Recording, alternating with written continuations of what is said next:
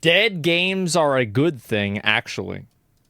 Okay. It feels like every week something new comes out, and then a few months later, the game is being labeled dead. To be fair, Starfield was always dead. It was never alive.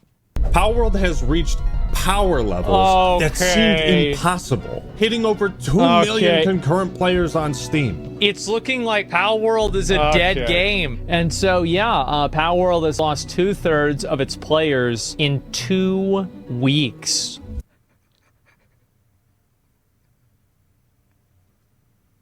I love how, like, because I say it like this on purpose to bait people, and I love the fact that it works. I'm so glad that it works. Games live and die nowadays by how know. relevant they can stay after launch. So instead of developing new games, big studios have created strategies to keep players playing and paying. The live service model has taken over. Oh, of course. And with it emerged a culture where nothing is worse than a dead game. Which is why it's so weird that Pocket Pair, the creators of Palworld, are actively encouraging players to try other games. And when I talked to John, he echoed this same feeling of the founders. Just play the games you like. If you finish in a day, cool, good job. I'm glad you enjoyed it. Play the next one. What's going on? Does Pocket Pair know something we don't? Maybe we've been... they already got their fucking money. Like, you pay $30, you played the game. Did you have a good time? Yeah, okay, then who cares? It's that simple. Thinking about video games all wrong. Maybe games dying isn't bad at all, but actually something we desperately need. But what does it mean to be a dead game? Well, simple.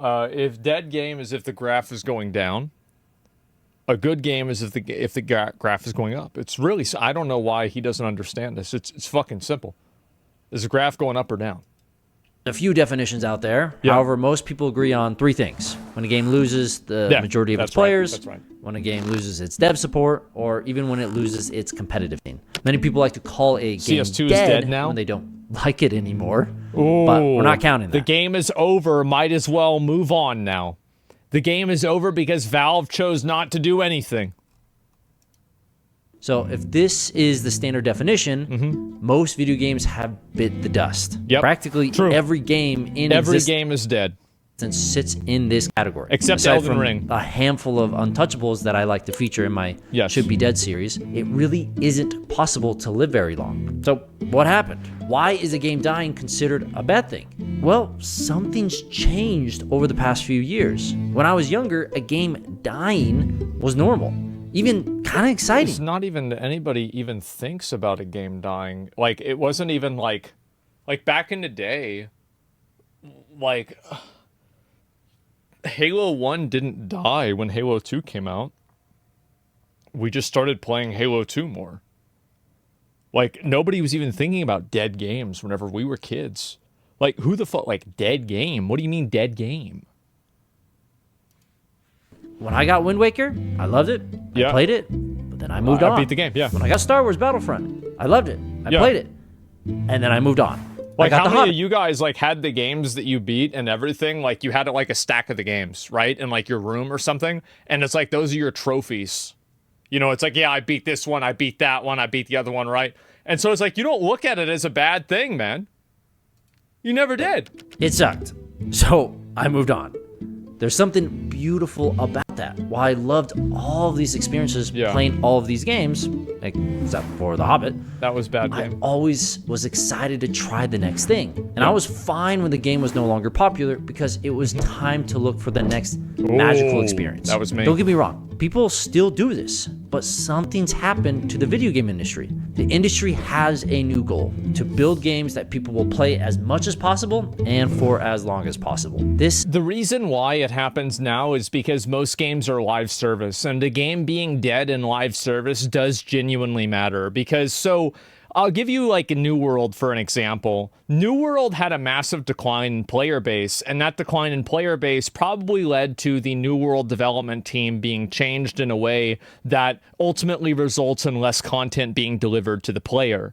So what ends up happening is that if you are playing a live service game and investing a lot of time into it, and the game is losing popularity, you know that sooner than later, this game will begin video game entropy. right? Where it's like people start leaving and then other people start leaving because other people are leaving. And before you know it, everybody's fucking gone, right? The circle of life. And then you have in a lot of these games, right? Like New World, like you farmed your armor smithing up to 200. You farmed your logging up to 200. You accomplish certain things in the game. And these things matter because of the respect that other players have for them. But when there are no other players to see this, it's like, if a player levels to 100 but nobody sees them, did he ever really level to 100? Well, with a lot of people's perspective, no, they didn't, right? Because the conspicuous awareness of different accomplishments is what gives them value. So it's not enough that you did it. It's more that you have to have other people know that you did it as well. And also, if a video game is losing popularity, you can very easily assume that that game will also lose support. And it's a matter of time, right? You see this with Suicide Squad now, for example. And this is why gacha games, there's so much of a focus on whether the game is dead or not. It's because if a game goes end of service, all of their waifus are deleted. Do they want that to happen? Absolutely fucking not. Goal has changed players' perspectives on gaming, and it's something we all know now as live service. I don't think it really serves anyone to kind of push gamers to just play the same game day in, day out. There are games that you can just like play every single day for months on end and never burn out, League of Legends, Dota, most MMOs, right? But they're designed to be like that. Whereas what we're seeing now is a trend of, I won't necessarily say who's trying to push it, but a lot more people are trying to push gamers to play games that aren't really designed to be played for months on end. 4 months on end. Yeah. Now, is it bad to support? I think that's what happens. And I think it's the fact that live service games are being conflated. Like a single player game coming out and then losing popularity. Obviously, there's a spectrum of that. Like, for example, if a game comes out and then immediately loses a massive amount of popularity and people aren't liking the game, I think this is an indictment of the quality of the game. However, in a lot of other cases, that's not true. And you have games that are massively popular. And it's just, at a certain point in time, there's not as many people playing it because everybody has already played it. That's normal. Trend of quarterly financial earning reports? Yeah, but this is for players, right? But like for single player games, like you're basically judging it off of like an unfair comparison.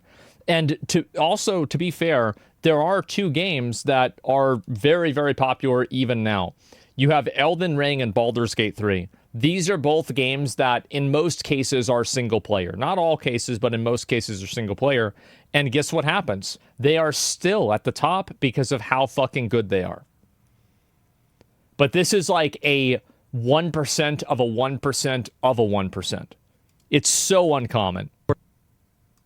A game after launch? Not at all, right? Continuing to balance and improve the experience for players makes perfect sense. Yep. After so much work, it's natural to nurture the new community that's formed around the game. And who doesn't want more of an already great thing? Exactly. I mean, I plan on releasing more content for my game, Fallen Worlds, after it releases. The real problem, though, is that many companies have made live service their entire focus, releasing updates over and over at the expense of a new title. I mean, you've all seen the GTA 6 comments. Yep. The game has taken forever to make. Games over the years have just become these SaaS products, or as we like to know them in the industry, GaaS, or games as a service. It's an investor's favorite type of company thanks to consistent revenue streams. But why? Because you think about it as if you're an investor, do you want to invest in something that's going to make money every month or something that might make money every 2 years? Pretty easy decision there, right? Live service shifted our mentality, making us believe that games dying equals bad. Well, it's a fundamental rule of SaaS. To be the top dog, you need to monopolize as much of the market as possible, meaning whoever captures most of the amount of people wins long term. For example, and you see this happen like with MySpace, for example. Like when people started moving over to Facebook, then more people started moving over to Facebook. And you know what that caused? It caused more people to move over to Facebook. Because once it starts happening, it's like impossible to make it stop happening. Because as soon as people realize there's another alternative that everybody else is going to, they just start using that instead. It's a snowball effect, yeah.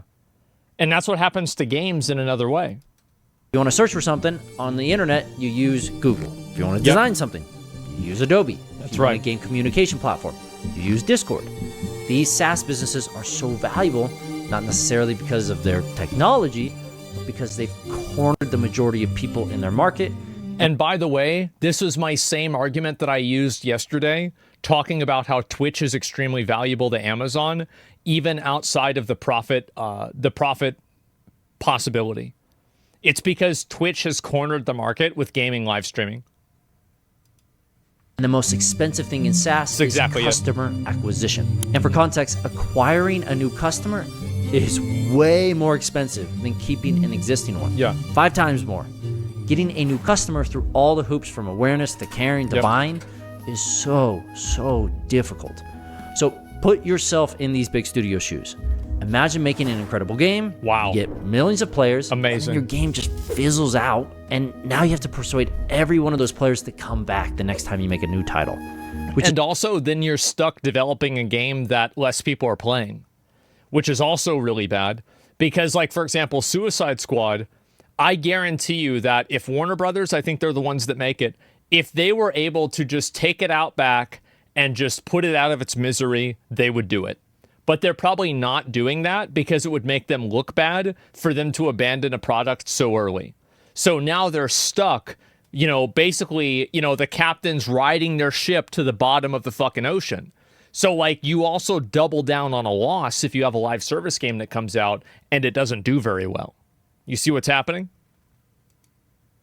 5 times harder than if you just retain them in the first place by updating your current game. Which is why over the past 15 years, most large game companies sell games as a service. Yeah. And they feed us this idea that a game should never die. The result, we get games that stay around longer, games that make you feel like other games aren't worth your time because of FOMO, and games that are monetized well beyond what's normal. Although this is... I think also, there he is. I think also a big component to this is the fact that these games can monetize in ways that a single-player game can't monetize. And you can just make way more money with a game, I think Fortnite was really WoW and Fortnite were the 2 games that I think inspired a lot of other developers to try to make a game that works like that. Because as a developer, wouldn't you want to be able to make a game that people give you $15 a month every single month to play for sure? That sounds like a crazy good revenue stream. That's insane. So yeah, of course people want to do that. It's common sense. Good for big studios' pocketbooks, this forever game approach has consequences for players and developers. Some indie studios like Pocket Pair have recognized this though, even in light of their unbelievable success. On Steam alone, it had a higher player count than Counter-Strike, Cyberpunk, and Dota 2. Yeah. It has the second highest peak on Steam ever. No one saw Palworld coming, and its success is something AAA studios drool over. But since Palworld's released, the game fell off, and it fell fast. Here lies Palworld. You were never able to outsell Pokemon. Oh my god. Jesus Christ, bro. It's just hypebeast gaming. That's what it really is. It's hypebeast gaming. People that are hyper obsessed with playing the game that's popular. And I think also people don't want to invest because in a lot of these live service games, there are things like, let's use a good example I think that we all know of. Invincible in WoW. Invincible is really cool because if you go to the city, or at least back in the day, before not everybody had it, people would be like, wow, that's really cool that you have this cool mount. But now, nobody really gives a shit about it because everybody has it and it doesn't really matter. And also the game doesn't have the same level of prestige that it used to. It's the same thing with Rank 1 Gladiator. Whenever WoW was the main PvP game that everybody was playing, getting Rank 1 Gladiator carried a lot more weight in the gaming world. But now, if somebody says they're Rank 1 Gladiator, most people probably wouldn't even know what it means.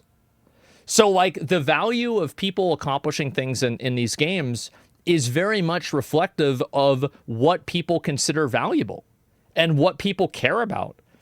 Being Challenger in League is much more, it carries much more social status than being rank 1 in World of Warcraft because nobody gives a shit about WoW and everybody plays League. It's just that simple. But that changed by design by the devs? No, it's not. That's not by design. This is human psychology. If this was EA, there would have been mass panic with this drop of players. But Pocket Social Pair status, doesn't seem bothered. Even odder, Yeah. they're actively encouraging people to play other titles, stating on Twitter, play lots of games, try different genres, and frequently flick through indie libraries to find hidden gems. I don't think you need to be kind of pushing yourself to play the same game all the time. Well, this is what live service games do, is they force you to play the same game all the time because there's FOMO. Like, I did this a lot with, like, and this is what happens is that basically, so let me see if I can kind of explain this in a way that makes sense, right? So you have,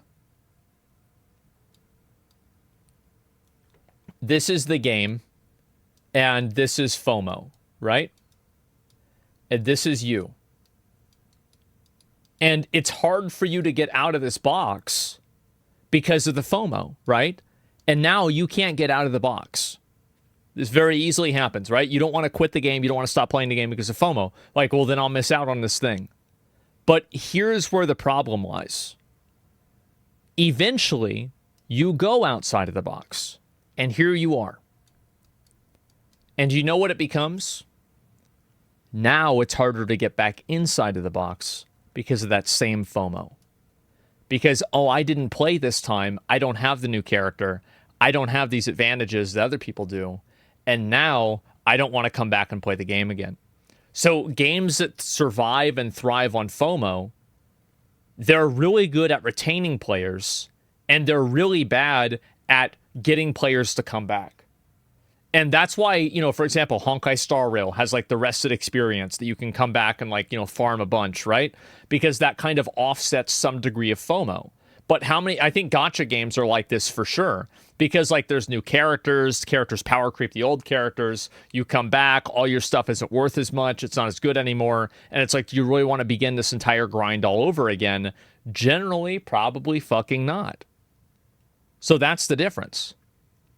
You see what I'm saying? Gacha games are awful with it? Exactly. But like, how many of you guys played a game like this how many of you guys played a game that had massive FOMO? You logged in every day, you didn't miss a day, you never missed a day, then you missed one day, then maybe you came back, you did it for 2 more days, then you missed 2 more days, and you thought, well, I'm already behind, I'm not going to play anymore. There it is. That's the problem. That's the entropy that I was talking about.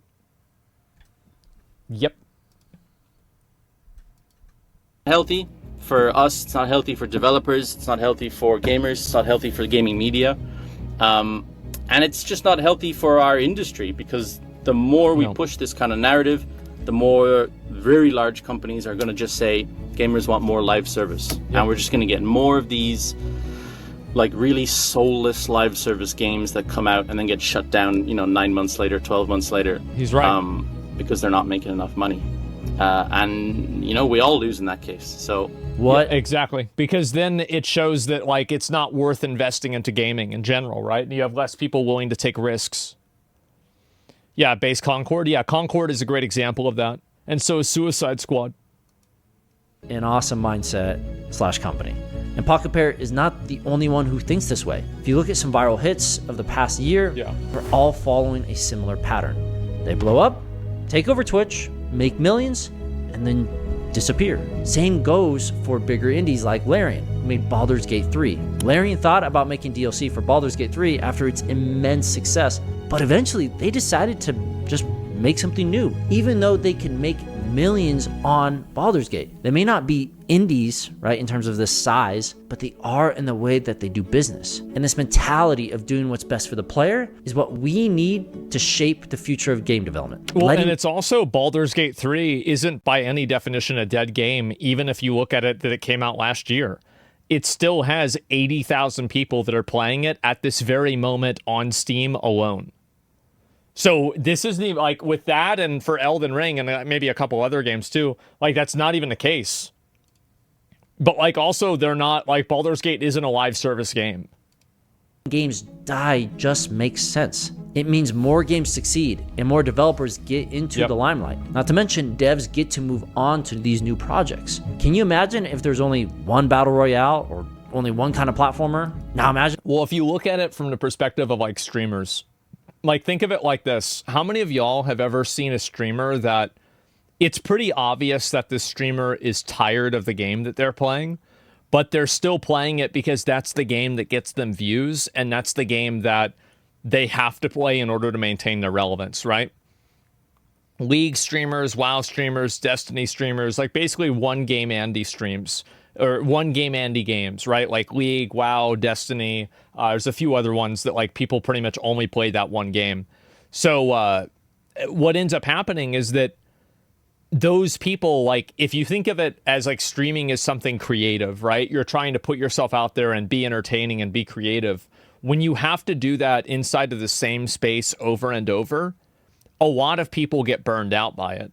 So you could logically assume that video games would follow the exact same paradigm, that making the same video game over and over and over probably gets boring and it gets exhausting, and you feel like you're not being creatively fulfilled by doing that. I could easily assume that because that's the case with every single other type of media as well. So why would it be different for video games? Of course that's the way it is.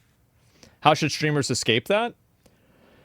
I don't know. It really depends on who they are, right? I feel like it's like I can't give general advice to that because of just how unique and nuanced every streamer's situation is. Do I ever feel burned out? I mean, like, yeah, I felt burned out in the past. Yeah, sure. Right now, no. But like in general, yeah, of course that's happened.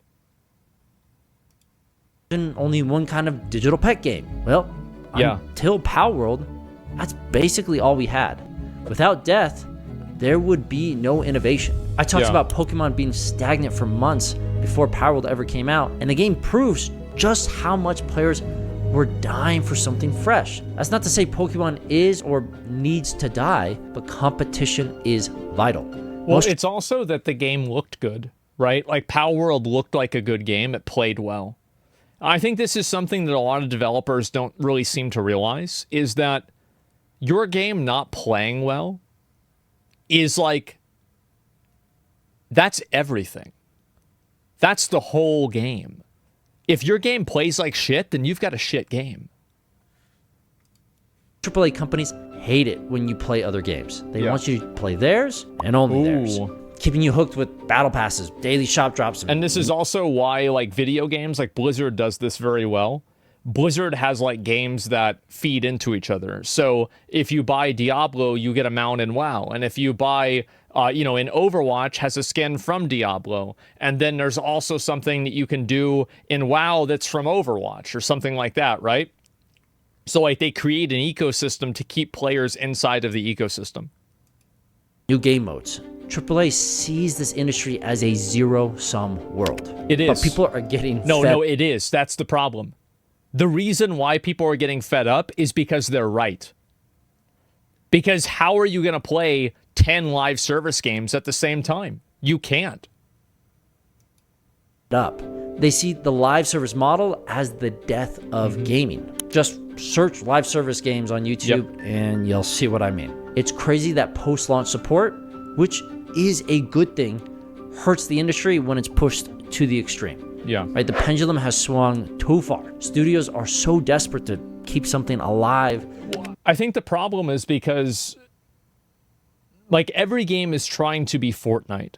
But Fortnite, the reason why it got so popular and made so much money in 2018 especially, is because Fortnite was the only game on the market. But now, because you have so many other people that are doing the same thing in the same space, they're all competing for that same market share of people's attention. So now you have like 10 other games that you're trying to balance with this one game, and they just simply can't all coexist at the same time. It's like inside of a forest, there can only be so many massive fucking like gigantic sequoia trees. There can't be infinite amounts of those. You can't just make more and more and more of those. You need to have other games that build up an ecosystem around that. And so everybody keeps just trying to build more of these massive trees. And the fact is that the gaming ecosystem can't support that, and it never will be able to, because people only have 24 hours in a day. It's never going to happen. They ruin their reputation and potentially tarnish their growth. Too worried about creating a live service game that lasts forever instead of creating new experiences. Calling a game dead pushes the idea that a game needs to live forever, but it doesn't. Well, a live service game dying absolutely affects the game. And I think that there is a massive distinction between single player and live service games. If you have a live service game that is losing players quickly, you can very well assume that that game will also start losing support. The developers will be investing less time into it. They'll be investing less, effort into it, and they just won't really even give a shit. Everything's going to go poof? Yeah, exactly, right? You saw that with New World, for example. How many other, other live service games that have kind of had that happen? Like, it happens with gacha games pretty regularly. Skull and Bones, yeah, you've got the Death Spiral, right? And as soon as the Death Spiral anthem, as soon as the Death Spiral starts, it's, like, almost impossible to reverse it. Like, look at Lost Ark. Lost Ark began the Death Spiral maybe, 2 years ago, a year and a half ago, and they are throwing everything at it to try to undo that death spiral. And they still haven't really been able to do that. It still just keeps going down.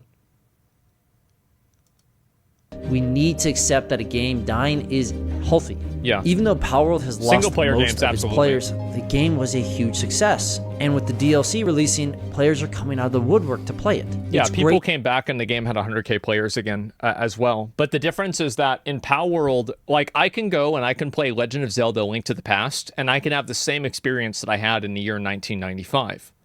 But if I want to go back and play New World, I literally cannot go back and have the experience that I had in the first month of the game release. And that's the difference between live service and single-player games. To add and update games, but pushing people to only play one title or one genre forever is not the answer. Games and the gaming industry need to change. Pushing people to try new things and enjoy new experiences. Play all the indies you can. Spend as much money on indies as you can. Really, really support the guys who are trying to make fun games. Who cares if there's only 5 people playing it? And, just enjoy yourself.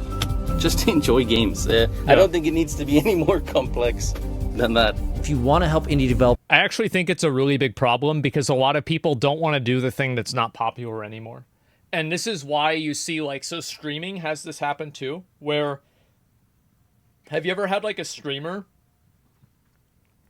where the streamer will start losing viewers, and then viewers will start saying the stream is bad now, and then people will start leaving because there's less viewers? It's fell off. Yeah, exactly. They fell off. And then as soon as you start falling off, it's really hard to turn that around. It is. It is extremely fucking hard to turn that around. Yeah, 10K viewers who rated. I don't know about that, but I'm just saying, in general, right? Face skating. 10K viewers is a lot. But people start grinding instead of enjoying games. Exactly. I don't usually look at viewer count, to be honest, at least not once I'm watching. Well, I've seen this happen a lot with Twitch, and I think Twitch has the same thing, is that you see this on Twitter as well. You ever seen, for example, there's been a stream or a tweet that's really popular, and then everybody changes their mind because it just gets a lot of likes? It's actually so fucking easy to change people's perception.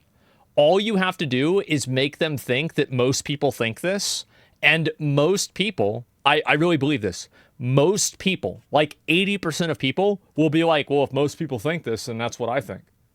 Well, that's probably what's right. That's what most people are thinking.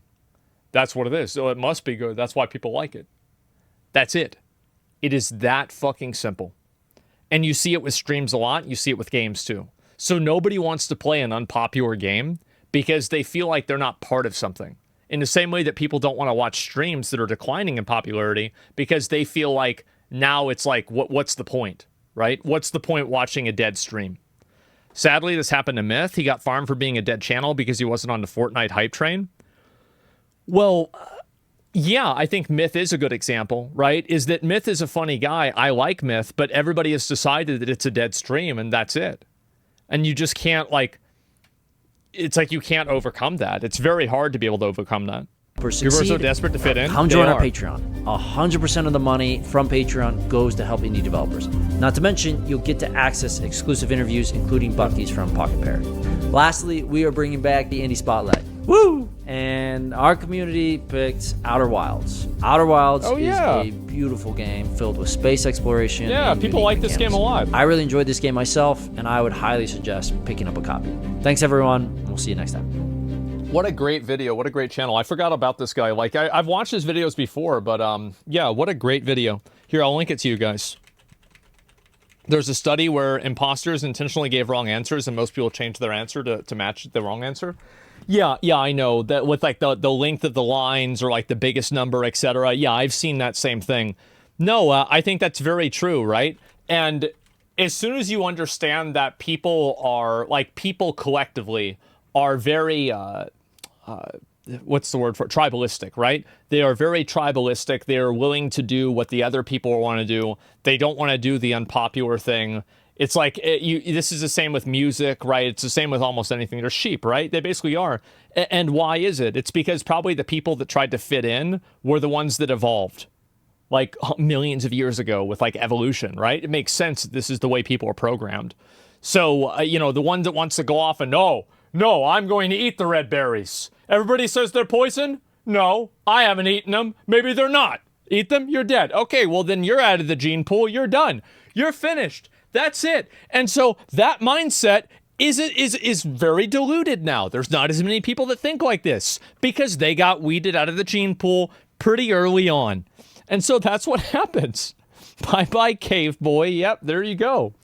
And so I think that dead games as a live service game being a dead game is absolutely bad. It is absolutely bad because it means that your game is going to die.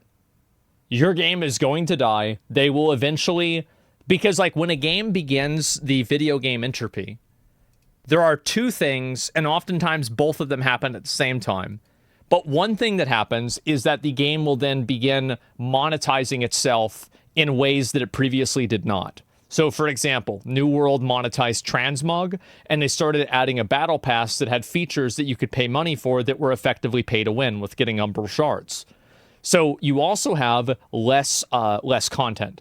So you're basically getting milked for more money, and you're also having to get less content. That's really what's going to happen. Life's so simple. Yeah.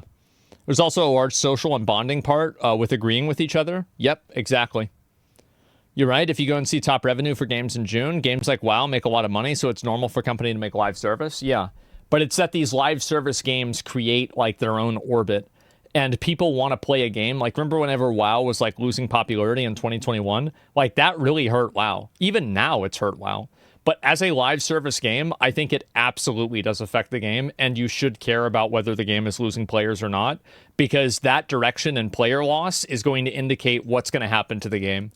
And if the game keeps losing enough players, they will absolutely change everything in order to make sure that doesn't happen.